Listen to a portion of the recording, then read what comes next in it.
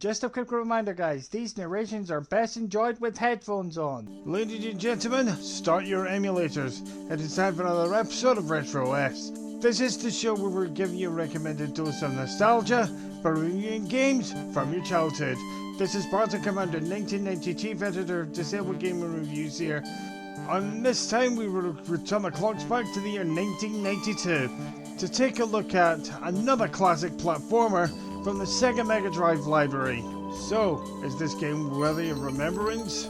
Or should this game be left forever in the pages of gaming history? Well, without further ado, let's find out.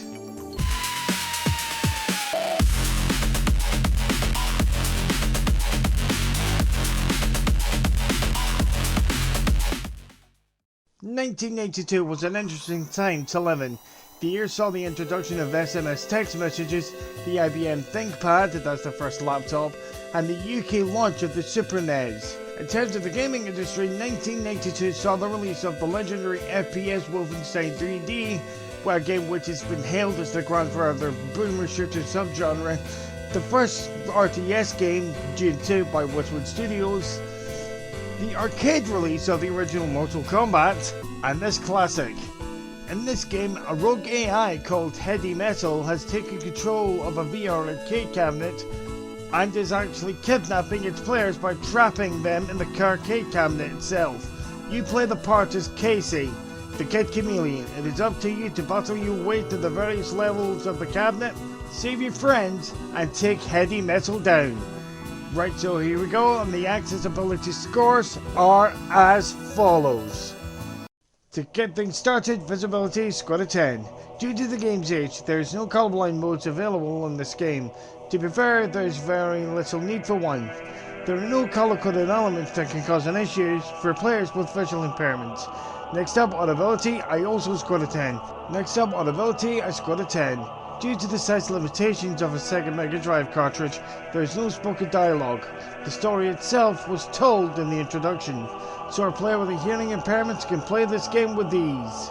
Next up, mobility is scored a 9.5.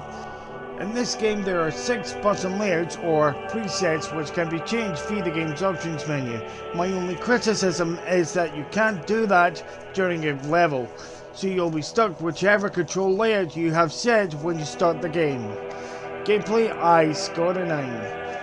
In short, this game feels like a basic run-of-the-mill platformer, but there are quite a few features that make this game stand out from the crowd.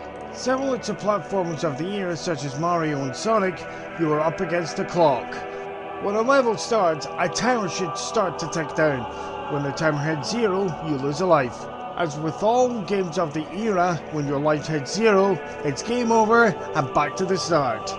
When you go through the levels, you'll be encountering helmets, which grant you various abilities, such as climbing walls like Spider-Man and attacking your enemies ahead of you with a katana. The most important thing about using helmets is that it protects you from damage. When your mask gets broken, 2 more hits and you're gone. In summary, Kid Chameleon is a classic platformer with Super Mario vibes to it. Right guys, make no mistake, this game is no walk in the park. Not exactly the hardest game that I've ever reviewed.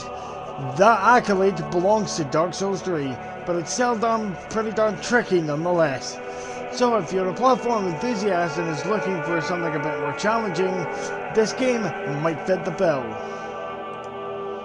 And the overall score is 96.25%. This is Spartan Commander 1980 Chief Editor of Disabled Game Review signing off, and I'll see you guys in the next review.